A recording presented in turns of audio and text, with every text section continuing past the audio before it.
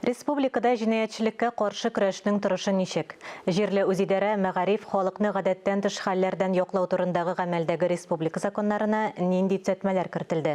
Булар турында парламент хәбәрләрендә алар белән сезне Алия Галиуллина таныштыра.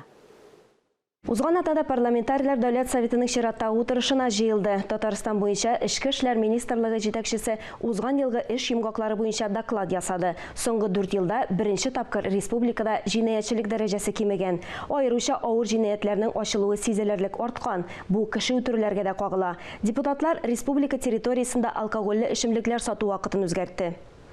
Эчке эшләр министры Артем Хахурин билгеләп үткәнчә, башка төбәкләрдән күчеп килгән полиция хезмәткәрләре Татарстанда статистиканың югары дәрәҗәдә төгәл алып барылуын әйтте. С года в год сокращается количество убийств, покушений на убийство, умышленных причинений тяжкого для здоровья, разбоев, грабежей, еще ряд тех преступлений, которые, в общем-то, важны для восприятия криминальной обстановки именно со стороны населения.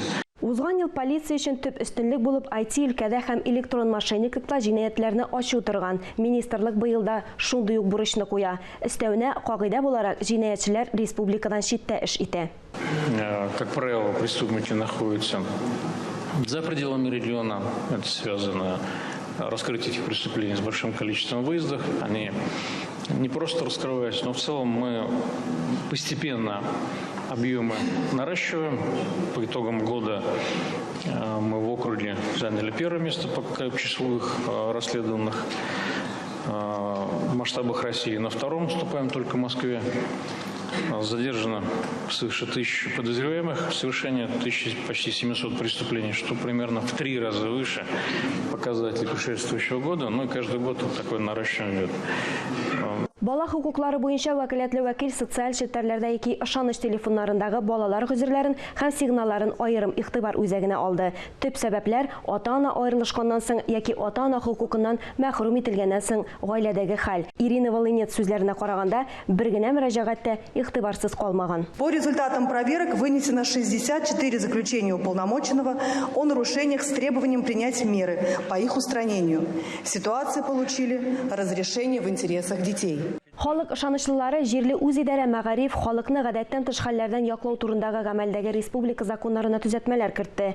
Казан федераль университеты вәкилләре депутатларга 2030 елга кадәр уку йортын үстерү программасын гамәлгә ашыру турында сөйләде. Идел буе закон чыгаручылары көчләрен берләштерде. Максат кризиска каршы чаралар эшләү. Бу хакта утырышта катнашучыларга видеолемта аша Россия президентының Идел буе федераль округындагы тулы вәкаләте вәкиле Игорь Комаров хәбәр итте. Россиягә карата санкциялар моңарчы күрелмәгәнчә.